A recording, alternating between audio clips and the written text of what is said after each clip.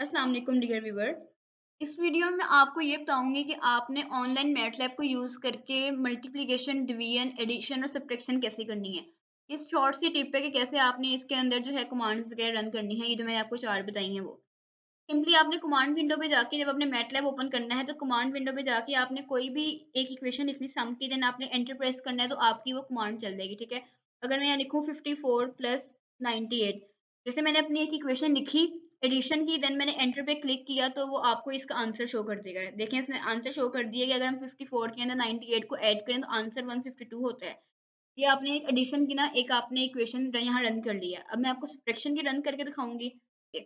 अगर मैं यहाँ लिखूँ 198 माइनस 65, ठीक है। अब मैंने ये सब्ट्रैक्शन की एक कमांड लिखी है, मैं लिख के देन मैंने एंटर पे प्रेस किया तो मुझे उसका आंसर शो कर देगा। देखिए उसने 198 में से 65 को माइनस किया तो आंसर 133 हो गया। मैंने आपको 2 कमांड्स रन करके दिखा दी हैं, एक एडिशन की और एक सब्ट्रैक्शन की।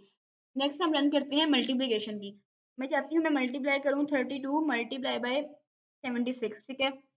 अब मैंने मल्टीप्लिकेशन की कमांड लिखी, देन मैंने एंटर पे क्लिक किया तो मुझे इसको मल्टीप्लाई करके इसका आंसर उसने मुझे शो कर दिया, ठीक है। अब नेक्स्ट कमांड में अगर लिखती हूँ कि 98 डिवाइडेड बाय 43, ठीक है। अब मैंने ये एक इक्वेशन लिखी, देन मैं एंटर पे प्रेस करूंगी तो मुझे इसका भी आंसर शो कर देगा।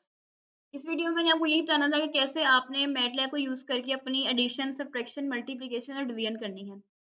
जो भी आपकी स्टेटमेंट्स वगैरह हैं, आप वो इसके अंदर पुट करें, अपनी एडिशन, मल्टीप्लिकेशन, सब्ट्रैक्शन और डिवीजन इस पे इजीली आप कर लें, ठीक है।